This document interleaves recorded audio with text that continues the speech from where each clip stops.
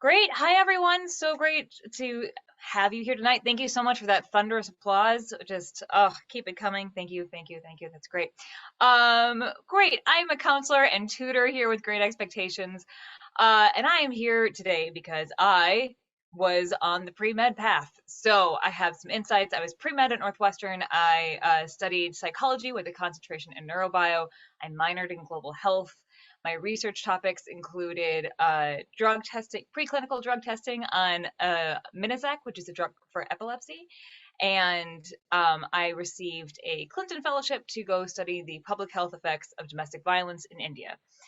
Um, that said, here I am as a counselor. I've got a lot of insights for you. So here we go. Uh, the first question is to be or not to be a doctor. When we were creating this presentation, we laughed because it's so common that people get really far in the process of being pre-med before they ask themselves if they actually want to be a doctor. Um, for high school students, it's really common to want to be pre-med because it is something that smart people do. It's something that can help make a difference in the world. It's something tangible that you understand what it's going to look like, and so it feels like it's an easy goal to set. So a couple questions to be asking yourself right now if you think you want to be a doctor. Do you love school? You will be in school for a very long time. If you love school, amazing. Step one, check. Um, if you think you want to be a doctor, what do you think you would love about being a doctor?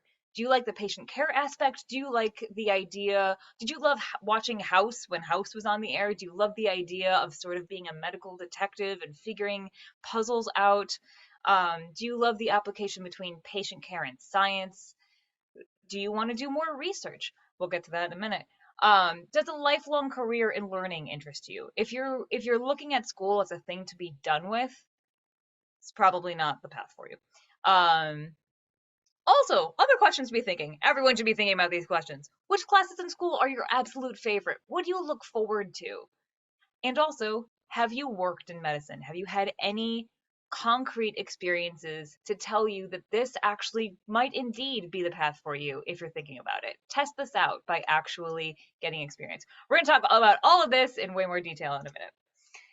So, real basics. What do doctors do? So most of the time you think, oh, doctors work in a hospital, right? Think of any TV show. Think of House. Think of Grey's Anatomy. Think of ER. Parents, think of ER. Chicago Med. Those are all hospitalists, right? It's all the drama. Everyone's working in a hospital. But that's not the only thing that doctors do. You can also open your own practice, which is basically being an entrepreneur, right? If you are watching or have watched the reboot on Netflix of One Day at a Time, they have their own practice, right? Great. Uh, Options we also included. There are joint degrees that you may consider getting. So if your goal is to open your own practice, maybe you might consider getting an MD MBA degree when you're in med school. Research. There's lots of doctors involved in research. These are often MD PhDs. I worked for an MD PhD when I was researching the epilepsy drug. So he would split his time between doing rounds at the hospital in the morning and then coming to the lab in the afternoon and checking in with us. And we had been hitting mice on the head all day and then injecting them with this epilepsy drug to see how they reacted and checking in with us. So if that kind of thing interests you, that's another path that doctors do. Working abroad, there's organizations like Doctors Without Borders or Médecins Sans Frontières, MSF, because it's French in origin. They travel the globe. They do incredible work. They do a lot of disaster response work. So when there was the large earthquake in Haiti, Doctors Without Borders was one of the primary organizations to fly medical professionals down to Haiti to help in the wake of the earthquake. Global health and public health, my jam. This is looking at big trends. So we just came out of a global pandemic. Public health people were in the spotlight, front and center. So this would require an MD MPH, right? A master's in public health, another joint degree. And there's other doctors that work in health law or policy. So that would be going to med school and law school and getting another joint degree. So Those are all the different things that doctors can do. There's many more, but that's just an intro. Of course, many of you know about pediatricians, neurologists, all the different specialties that physicians can specialize in, right? So if you're thinking about you want to become a doctor, which of these starts to resonate with you? Okay, this is another thing that doesn't get talked about a lot. What are alternative careers in medicine? Again, it's really easy when you're in high school to be like, I want to be a doctor. But there's some other alternatives to consider, even in the healthcare world. So the first alternative to the MD is getting a DO, a doctor of osteopathy. DOs, for the most part, are almost exactly the same as MDs. It's just that your medical school education is going to look a little different. It's going to look a little bit more holistic. There's going to be more emphasis on the musculoskeletal structure. There's going to be more integrative analysis between systems. So that may be a road you want to take if you're really passionate about a holistic view of medicine. Physician's assistant. We're going to talk about this. We got a question in about this. We're going to talk about this a little bit. Physician's assistant is also, they can see patients, they can prescribe patients, they have to work underneath an MD or a DO that signs off on all of their prescriptions and treatment plans. It was originally created to be a stopgap to fill in the lack of primary care physicians. This field is only growing, and it's a lot shorter of a path. So we'll talk about it more later, but know that a physician's assistant is also a possibility. Same with a nurse practitioner. I'm sorry, a physician's assistant also is a master's program, so it's going to be about 2 years. A nurse practitioner is a very similar path to the physician's assistant. You also work underneath a doctor who has to sign off on all of your treatment plans and prescriptions. A nurse practitioner is designed, originally the program was designed for nurses who had practiced for years and years and years, and through their practical experience had become almost like doctors in that they could identify illnesses and prescribe things. So a nurse practitioner, you don't need all of the years. You can go straight through the program if you want. You first have to get your undergrad degree, your registered nursing degree. That takes 4 years. And then it's an additional 2-year master's on top of that to get your advanced, I just blanked out on what the P means, but your APN, which is your nurse practitioner degree. Occupational therapist, also a master's degree.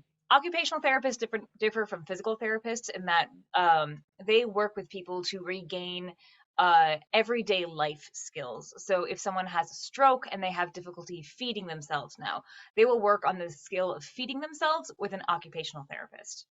Versus a physical therapist, people are probably more familiar with if you've had any injuries or played sports. Physical therapists respond to an injury and a physical injury and help you regain your full physical mobility again. Versus a physical therapist isn't going to help you relearn to feed yourself, but they will help you strengthen muscles so that you can run again, right? Psychologists, people are probably more familiar with.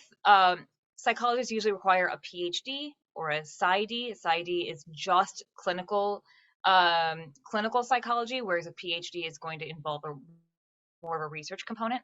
That's a whole other webinar in and of itself. And then separate from psychologists are therapists. So these are all different master's degrees that you could get to become a therapist. Finally, we have the veterinarians. People always forget, like, oh yeah, that's an option. Do you want to do something good with your life, but also help animals? Maybe look at pre-vet. That's also an option. Okay, I've talked your ear off about all the other options that there are. So let's now zero in on your medical education. Check, check, check. You're like, yep, nope, don't want to be a PA, don't want to do any of the other things. I really want to do the MD. Great, here's what you're in store for. So if you were graduating in the fall of 2022, that would mean you were a freshman this year, an undergraduate. You would start then you would take a gap year. We're going to give you a gap year. You're going to take a gap year to do your medical school applications. You're a freshman in medical school in 2028. For these are your 4 years of med school that we have sort of outlined. You learn a lot more material in M1. M2, you take the USMLE. M3, you start getting exposed to patient care, and then M4, you're doing, it's called the ERA, and it's matching you with different residency programs. You're graduating med school in 2032. The years are starting to add up a little bit, right? Your residency length is an average 3.5 years, depending on what residency you choose. It may be longer, it may be just 3 or 4 years. And then you're doing a fellowship to specialize. So you're done with all of that in 2039. Students, if you're looking at this, pay attention to how you feel about this. If you look at this timeline and you go, oh my goodness, this is amazing. I have the next 10 plus years of my life planned out for me. That's awesome. Then that's a great feeling to have. Hang on to that. If you find joy in the certainty of knowing where you're going, that's a really good tell. If you're starting to feel like that might be really constricting for you and that you're starting to dread it, that's also a really good feeling to pay attention to. Those of you feeling the dread, never fear. For comparison, this is the PA education journey, right? The physician's assistant education journey. So seniors that were graduating high school in the fall of 2022, they would enter undergraduate year in the fall of 2023. 4 years later, again, we're giving you a gap year to do your PA school applications. Hooray! Begin PA school in the fall of 2028. It's a 2-year program plus an internship. You're done in 2032. You're saving 7 years. Now, it still may not be what you want to do, but if your interest is in primary care or you're interested in predominantly clinical care within a field like psychiatry or pediatrics, a PA might be a real field for you to look at. Cool? All right, great. You're like, I don't want to do PA. Stop telling me about PA. Great, no problem. Here you go. If you go to med school, you get into med school. Congratulations, you got into med school. This is what you're in store for. This is the general med school curriculum, and I feel like this is important to tell people because if you're spending all this time in undergrad, studying really hard and applying for all these things, and you don't really know what you're in for, you might be surprised to find that you don't really like it. So let's tell you what you're in for, right? Your first year of medical school, you are not touching patients, usually, except for at a few schools. For the most part, you're not touching patients. You'll do things like called preclinicals. So you are doing, you might have some patient interaction training. Usually they'll hire actors to do this. You will take additional classes that will feel like your pre-med classes, but on steroids. So another round of biochem, a harder round of anatomy. A lot of first year med programs are pass-fail. So they are trying to lower the volume of stress. However, it's still a lot of information to take in. Hone your study strategies and build routines. Hopefully you've done this by the time you get to med school, but if not, I mean, it's a very different learning environment than anything you've had before. So that's your first year. Your second year, you're finishing up your preclinicals. Because you finished all of your classes, it is typical to take your USMLE at this point. The USMLE is the US Medical Licensing Exam.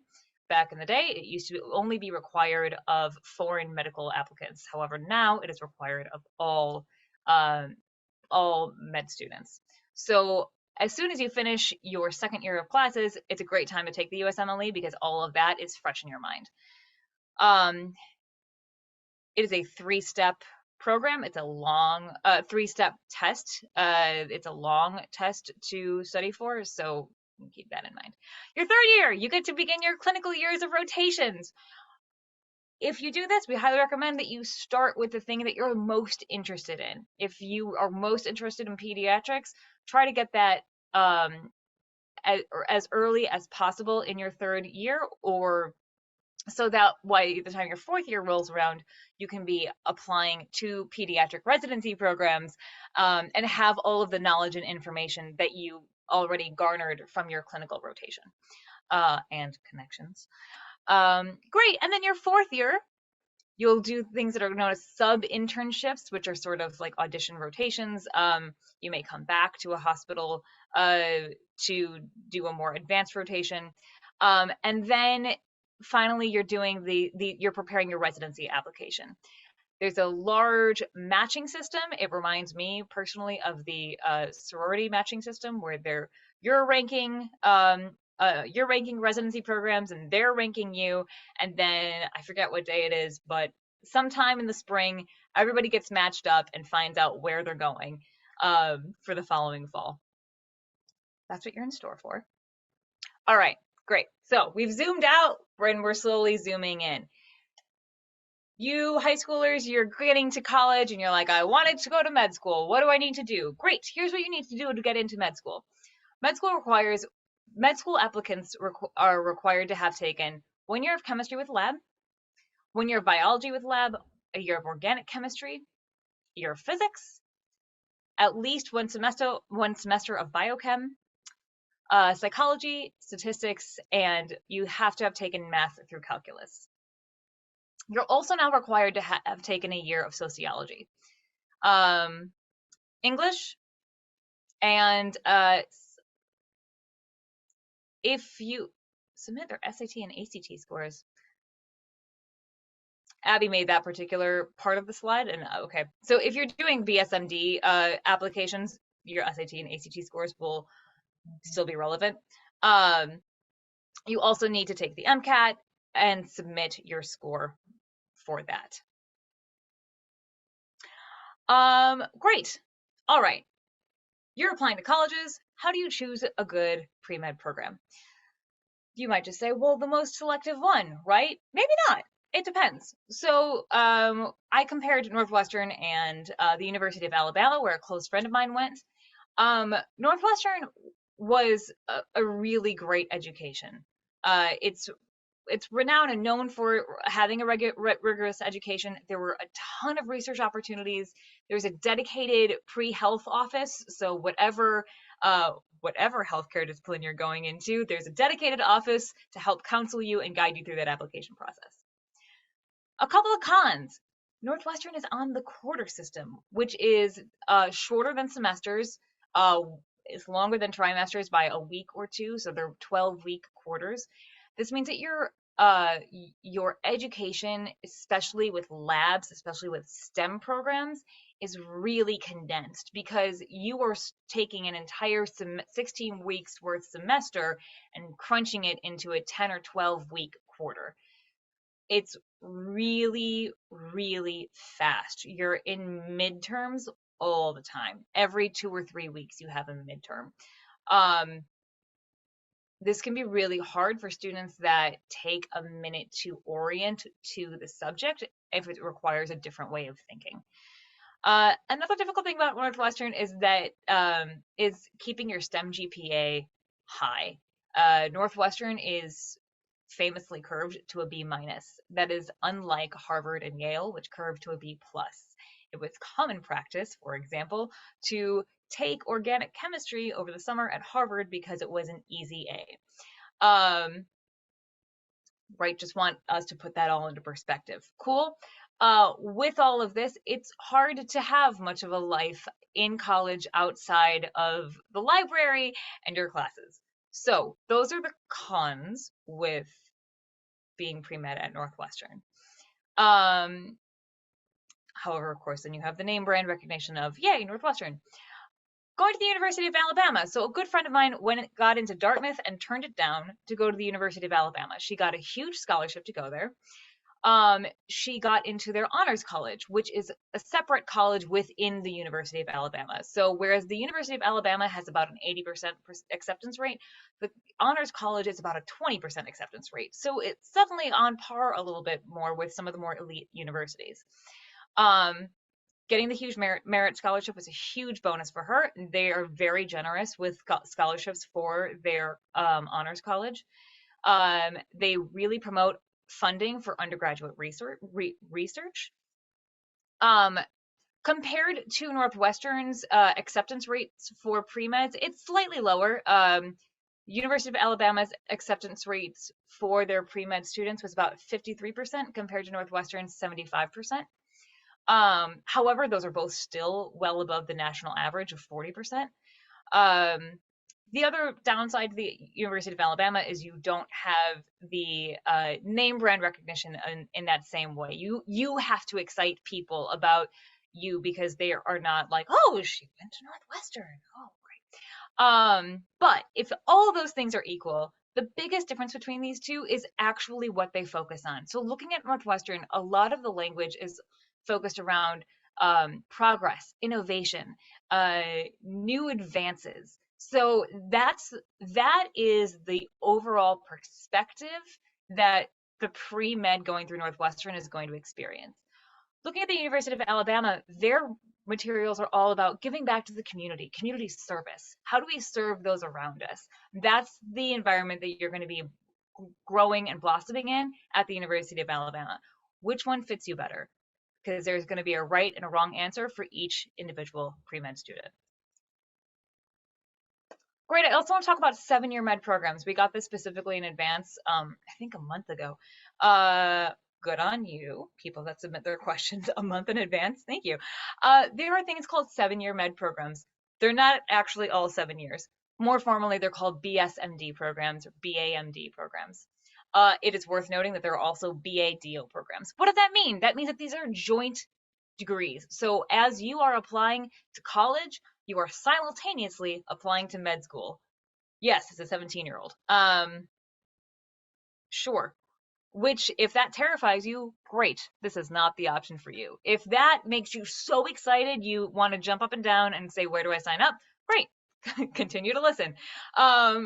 So something to know is that the pros of being in a program like this is that you get to go through undergrad with the knowledge that you are already accepted into medical school. You usually do have to keep your GPA above a certain level, but you don't have you're not cramming the way maybe some of your peers will be to get ready for medical school interviews.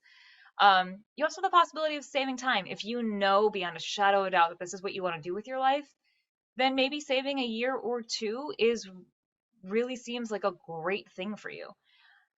Something to keep in mind. These programs are incredibly selective and there's fewer of them every year. The acceptance rate for Northwestern is 2%. Brown's program, PLME, is 2.5%. These acceptance rates make Harvard and Yale look like fallback schools. Harvard is a 5% acceptance rate, which, more than double when we're looking at this, right? The requirements are incredibly stringent. They're also different for every program. So some of them require you to be among the top 10% of your class. Many of them require a minimum SAT and ACT score. The minimum SAT and ACT score requirements are actually surprisingly low. Many require like a 28 SAT or ACT, excuse me. Don't confuse that 28 ACT requirement with being competitive for the program. So that is the minimum that you need to clear, not the mid 50% that most schools are reporting, that we're used to seeing schools report, right? The most important thing if you're going to apply to one of these programs is that you have extensive demonstrated interest. What does that mean? It does not mean that you shadowed a doctor a couple of times and you watched your uncle do surgery. That means that you did something for a really long period of time, like a year, like you were hired to pick up trash at the ER for a year, and you got to be in this environment and see what it was like and talk to doctors. Or it means that you found a high school research opportunity, again, for an extended period of time. So not a week-long intensive, but several summers in a row or 2 summers that you've did this. They want to see that you have taken the initiative to put yourself in this environment and that you do indeed like it.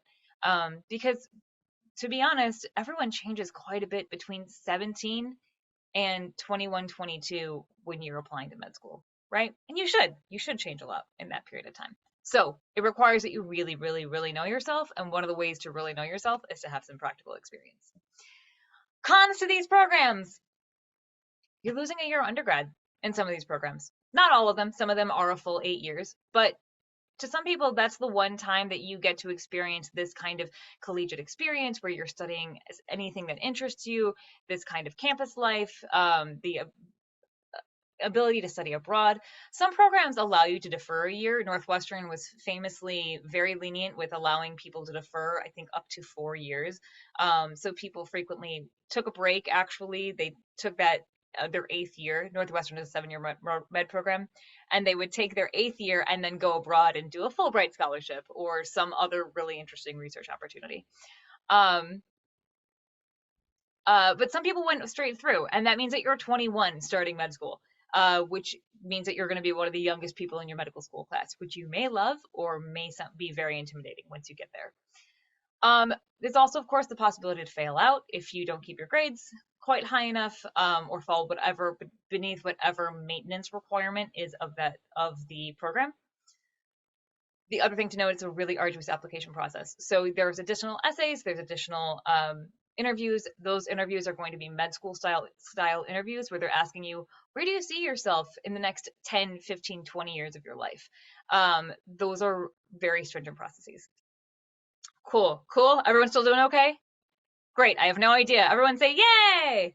Great. Good. Thank you so much for doing that with me. Good. Okay. So students, you may be thinking, well, I'm just going to go be pre-med and major in a science, and it'll be really easy because by the time I'm done with my pre-med classes, I'll basically be almost done with my science major, right?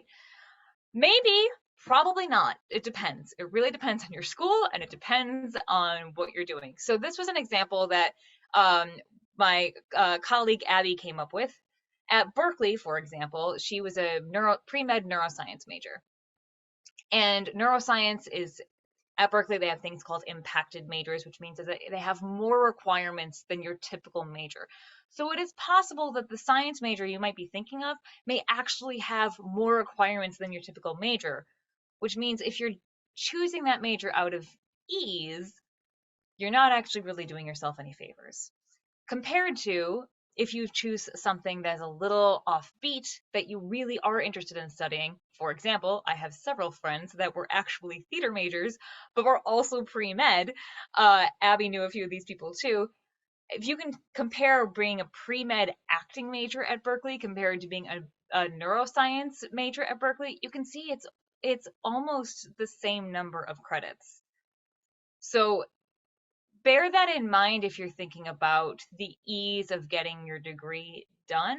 It may or may not actually be, it may be easier to major in a non-science program and be pre-med. Cool.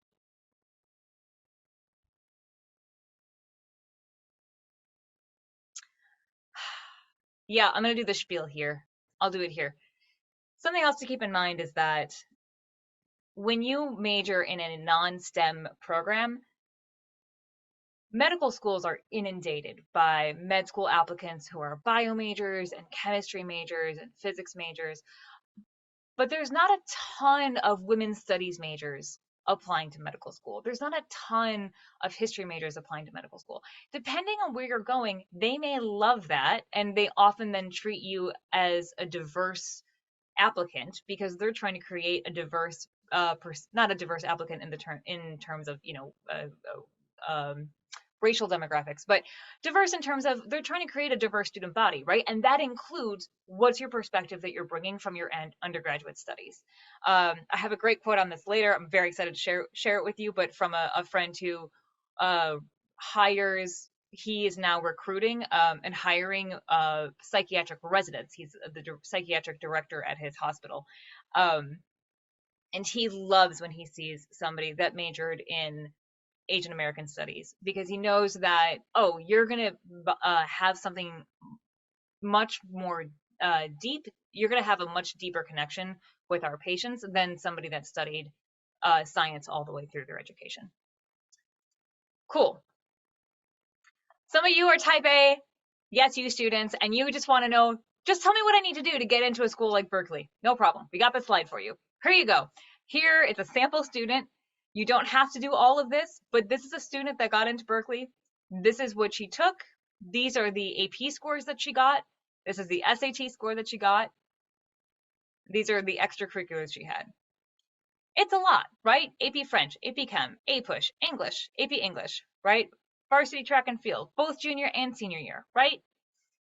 She spent a summer at Stanford. She was the president of French NHS president, right? So demonstrated leadership. Also did community theater. You don't have to do this verbatim, but it is an example of what some of these students that are getting into these elite colleges are bringing to the table. Cool. And if you are a junior and you're here and you don't have a lot of APs on your roster, definitely look at adding them for senior year. And if you're in AP classes, get good grades. You want to demonstrate, if you want to be pre-med, you want to demonstrate proficiency in your AP STEM classes. That for sure, that's one of the hallmark things we recommend. All right, here's some advice from a current fourth year medical student. She strongly advises try to do something interesting in college that marks you as a standout in your applications that isn't just typical pre-med stuff. Double major in a non-science topic. Make connections with professors early and build longitudinal relationships for research and letters of rec. Ultimately, just go into college committed to working super hard. It's doable if you do things you enjoy and are passionate about. This brings me all the way back to that first slide, right? It's over 10 years of education. You can't go wrong if you are truly following something that you're really passionate about every step of the way. So if you are passionate about women's studies or passionate about studying philosophy, that's great. That can only help you as a doctor, and that will also only help allow you to connect with your patients on a deeper level. It's also the one time in your entire life of education that you get to study something that is not science. That might be some really precious time. So keep that in mind. Great. What I'd wish I'd known. So I pulled a couple doctors that I currently know, and this is what they wish they had known. I'm going to start with the quote actually on the right because we were just talking about it. This is from my friend who's the associate director of psychiatry. When I'm considering med students for our psychiatric residency, I'm much more interested in the students that majored in something unique in undergrad, in women's studies, political science, philosophy. Those are the people that are able to connect with our patients on deeper, more meaningful levels. Cool, right? He also said that the traditional med student who was bio the entire way through is starting to disappear in favor of these more non-traditional students. Speaking of non-traditional students, let's go to the quote on the left. So this is from another friend, Alex Pavandi, who is now the clinical instructor of emergency medicine at Ohio State University. This man had a difficult time in undergrad. He knew he wanted to be a doctor, but wavered a bit. He was also on the crew team. He wasn't sure if it was actually his interest or if it was pressure from his parents. Halfway through undergrad, he took a hiatus for, I think, 2 or 3 years, worked as an EMT, decided he did really want to recommit to it, got back into school, finished out, and is now the clinical instructor of emergency medicine. So this was the thing that he wished he had known. He said he wished he had known it was okay not to have a 4.0 in college. It's okay to fail. It's more important to work hard and be proud of your effort than it is to simply have good grades. And that the path to medicine doesn't have to be a straight line through med school. In fact, it's better to be non-traditional. So, all that to say, there can be a lot of pressure put on pre-med students that they're not perfect, that they don't have the perfect application or the perfect grades. We definitely want to advocate you working hard. However, just know if things go wrong, it doesn't mean that you can't end up doing something in this field. It doesn't mean that it doesn't mean that you are a waste. It doesn't mean any of those things. It may just mean that you have a windier path to wherever your destination is. Cool. All right.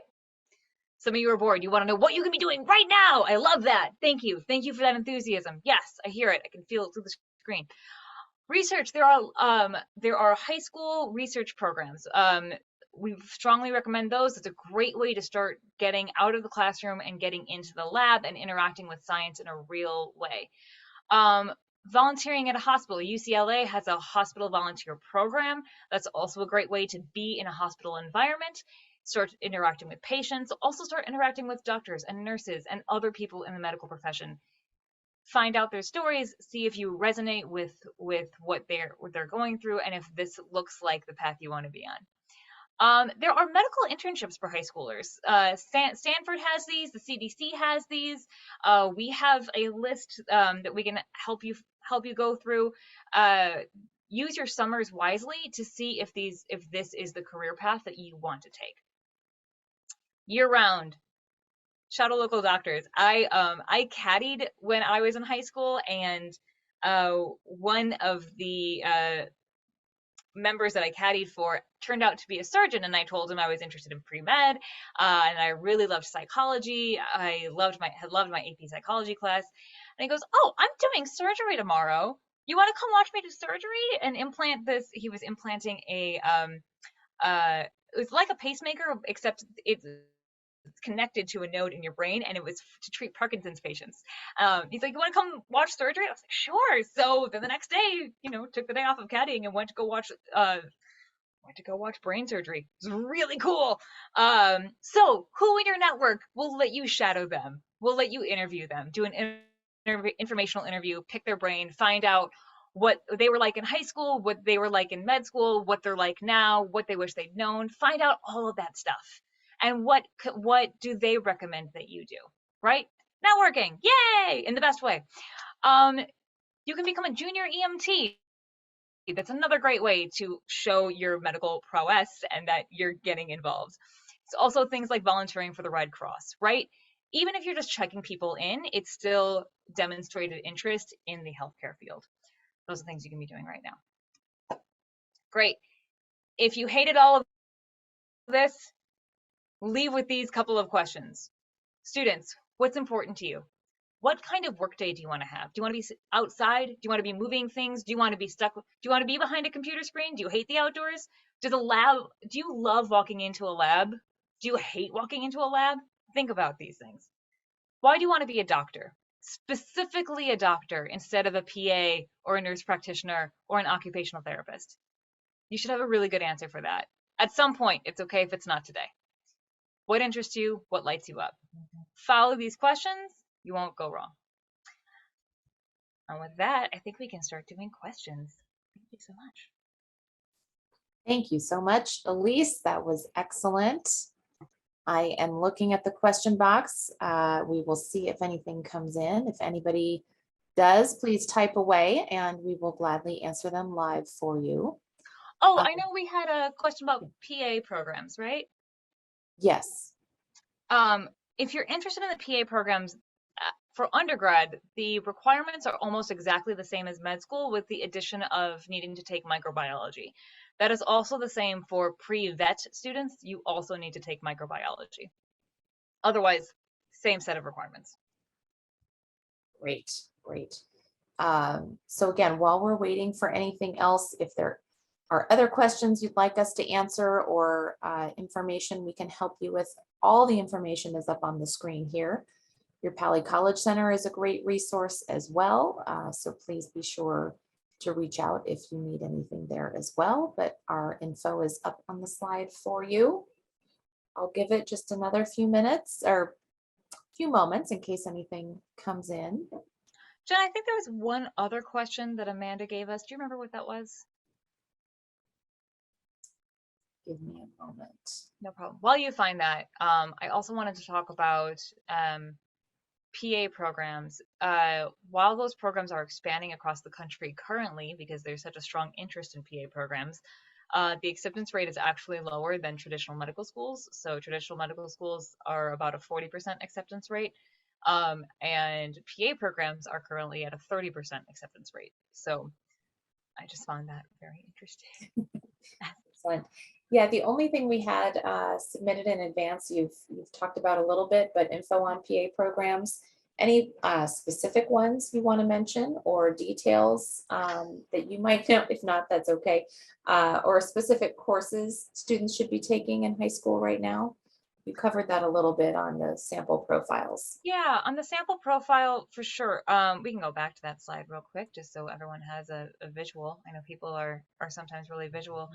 If you're interested in pre-med, I really think any AP courses that are science oriented are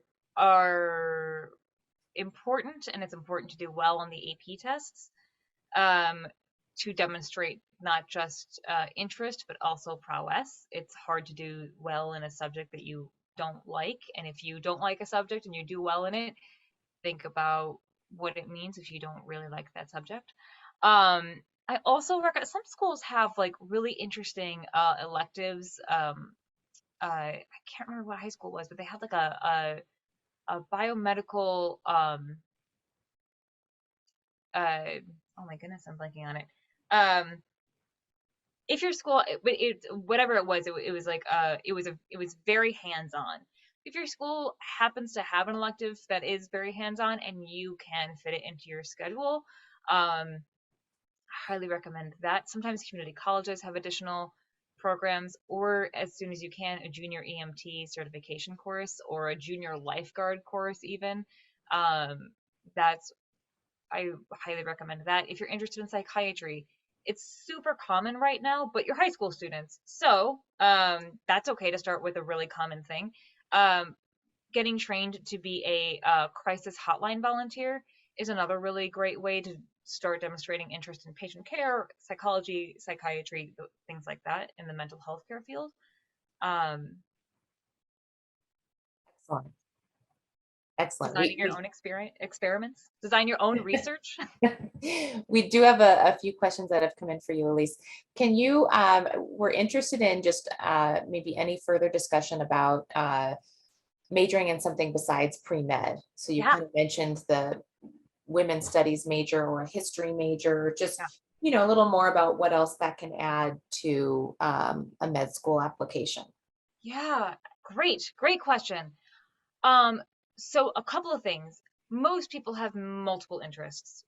So I think it's a great way to highlight that additional passion that is not medicine. Uh, most universities have some kind of core set of requirements. So you may discover a major that you like through that core set of requirements. In terms of what, if there is a more advantageous major to pick from the non-STEM majors, I feel like I should go to the non-STEM major slide. If there's a more advantageous major to pick among the non-STEM majors, I wouldn't say that like women's studies is better than, better than political science or better than sociology or philosophy or I would say I'm blanking on anything. Or oh my gosh, English literature, do it, do it. Study English literature. Why not? Why not? Um, but it should be something that matches up with a passion, something that you really that you wake up and you enjoy. If you are studying English literature and you're pre-med, there's not going to be a lot of other applicants that match you, right? And so the idea is to have something that supports your interests, and this also applies to your medical activities, right? Do research that supports your actual interests. Don't just do a research. Don't just join a research lab because you feel like you need to join a research lab. If you do join a research lab that focuses on something that you're really genuinely interested in, or volunteer at a clinic that serves a population that you're really passionate about helping. um, in terms of picking a non-STEM major, I really think it's important to ask yourself even more deeply, what are the things that I'm really interested in? And if you don't know, second you get on campus, go find the major advising office and read up on every major that they have. Actually, we have the internet now. You can do that in advance. I recommend going to the schools that you're interested in. University of Michigan has it laid out really well. But you can scroll through a lot of the schools have this. You can scroll through every single major and see what that major focuses on. You might be surprised. The other thing that I would say is, of course, is there's a math equation. There's a math element to this, right? So here we have the neuroscience and the acting degree, and you would think that doing an acting degree and adding pre-med classes on top of it would be near impossible. But it turns out not so much. So uh, definitely consider how many units your non-STEM major takes, how many units your pre-med classes are going to take, which classes are offered. If you want to study abroad, you need to plan around that. You absolutely can, and I think you should. I had the great fortune, because I was a global health minor, I had the great fortune to study abroad in Uganda and do a public health program in Uganda as part of my study abroad. So I didn't really take a in terms of taking a break from my pre-med studies, I didn't have to take a break from my pre-med studies because I was doing global health.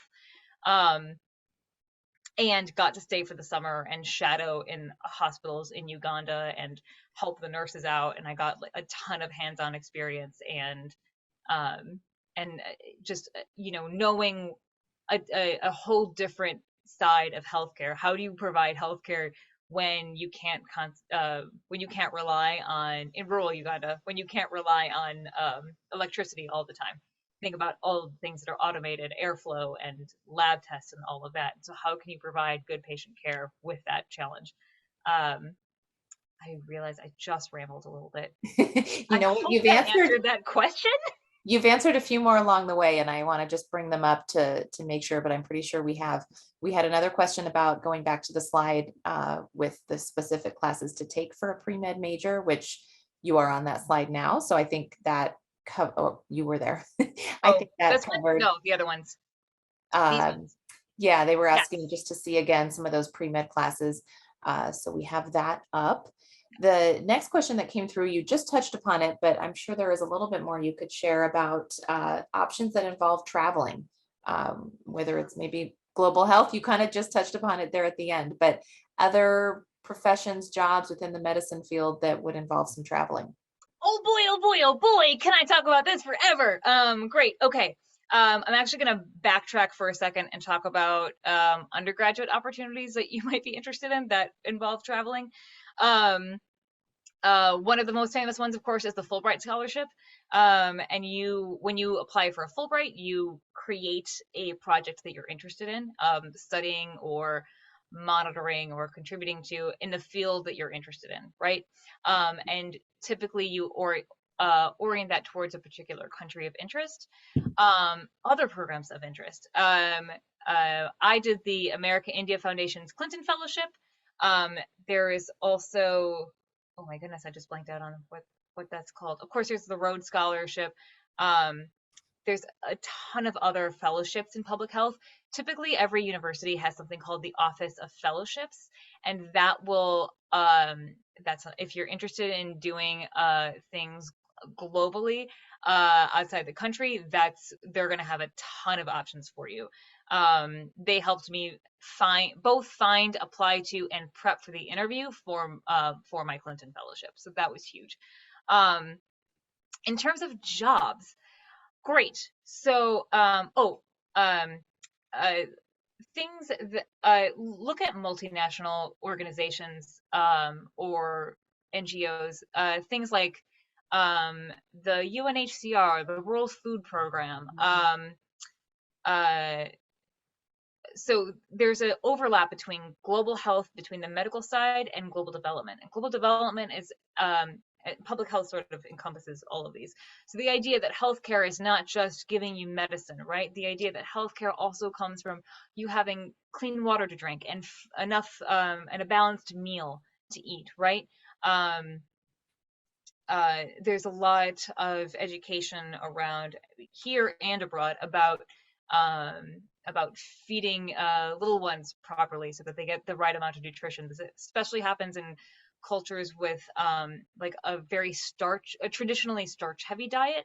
Parts of Uganda were like that, so there's a lot of steamed plantain, and then that involved in the traditional food, but then it's also highlighting the importance of the traditional proteins as well. So your peanuts, your G-nuts, all of those things. So if you're interested in maternal and child nutrition, that's another way to go. One of my best friends actually is really interested in maternal and child nutrition. She was like, I'm pre-med, and then she bounced. But I think she did the harder thing because she went on to get a master's and then a PhD in public health. She now works at Purdue designing maternal and child nutrition programs. You asked about travel jobs. I got distracted again. Of course, a job that involves a lot of travel, but not necessarily globally, is pharmaceutical sales. That's one that people will sometimes step into for a period if they're deciding whether they want to go to med school or saving up for med school because it's a very high paying job, lots of travel. And med school is not cheap. Um, Look at the UNHCR, look at the World Food Program, look at the see if the CDC has internships or the high school fellowships that you can apply to, and then also look for go once you're in college, visit your office of fellowships and see what you may qualify for as an underclassman, and check out your study abroad office as well that you will absolutely qualify for as an underclassman. I hope that's helpful. That's excellent. Excellent. We have another quick question. Somebody is volunteering in transportation service. Do you see any ideas on the best way to how they can relate that experience to anything related to pre-med? Ooh, I wish I could ask more of this person, of the questioner. So, volunteering in transportation service, I'm assuming that means driving people to and from clinics, which I would imagine falls. So, if it's what I understand it to be, which I think is you're volunteering to drive people from a pre-designated spot to a healthcare clinic, then that's great. Anything that is part of this is why I love global health so much, because it is such this holistic looking at healthcare as this ecocosm. That's not a real word. As this not microcosm either, as the sum of the parts. Oh my goodness, I cannot think of the word. But everything affects each other, right? Your clean drinking water, your food to eat, transportation to the clinic or to the hospital or to the doctor's appointments. That's a huge problem. Transportation is a huge public health problem. To get people to come back for visits. That was something that the CDC was concerned about with this two-step vaccination for COVID. Can we reliably get people across the globe to come back 3 weeks later? In America, we're like, sure, I guess I'll take another day off of work. In other countries, man, no, that's a whole day if they can afford that sometimes, and the road might be out, or some other thing might be blocking it. So transportation is a huge public health issue. So I think knowing that you're a part of the process, or doing research of your own, finding out how you are a part of that process. What would happen if you or your volunteer position didn't exist? And I think that's a great way to tie it in. Excellent. We did get a little bit of clarification, Elyse. It's, I think, a little bit more about transporting patients within the hospital.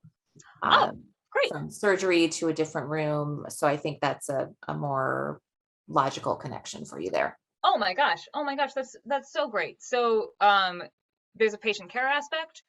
I would really be curious what the student would notice. But if I were your counselor, here's the thing that would brainstorm with you.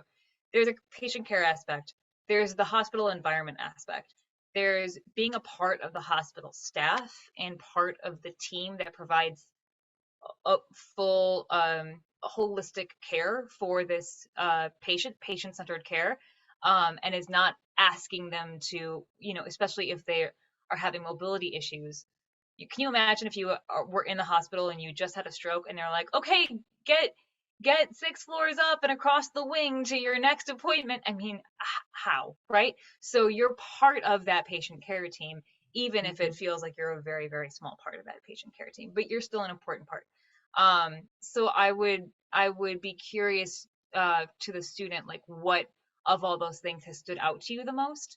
You have so many options you can go with that. Also, like, for you yourself, if you're interested in becoming a doctor, where do you like hanging out? What kind of doctor do you want to be? Are you having a lot of fun with the cardiac surgeons? It's good to know. I would like to always, hanging out with the pediatricians. I thought they were the most fun. And the orthopedic surgeons. Those guys were hilarious. They would just they'd be like, I could make a splint out of anything. I mean, it was just, it got weird. At least I'm gonna have you end with one last question. Great. And I think we are interested to hear a little bit about your journey. You're obviously very knowledgeable about the medicine field, and you were on a medicine track. You are doing something different now. Lots of kids and students will go through this and make these decisions themselves. But if you could just share a little bit about what made you switch paths after pursuing pre-med a little bit as an undergrad. Sure. Great. Great, great, great. Okay. Parents, I'm sorry. I'm really sorry, but you asked. I wasn't going to tell you. So I was in India uh doing my research. I was coming up against um lots and lots and lots of barriers. Um and I had always had an interest in the creative arts and the performing arts. And I think at some point in India, I realized that I was trying to live this dream for my parents, and it wasn't my dream. 30 minutes after I came to that realization, a friend called. She asked if I could help her out with a TV shoot. And I said, sure. And then I helped out with that TV shoot, and I ended up, her boss liked me, and I ended up hosting a TV show in India for 3 months because they were looking for a replacement that spoke English, and they were still interviewing people, and they didn't have anybody yet. And they couldn't pay me because of the visa that I was on. So I just got to, and I was already being paid by the foundation. So I just got to host this TV show, and direct the edit lineup and go write stories and go out and interview people.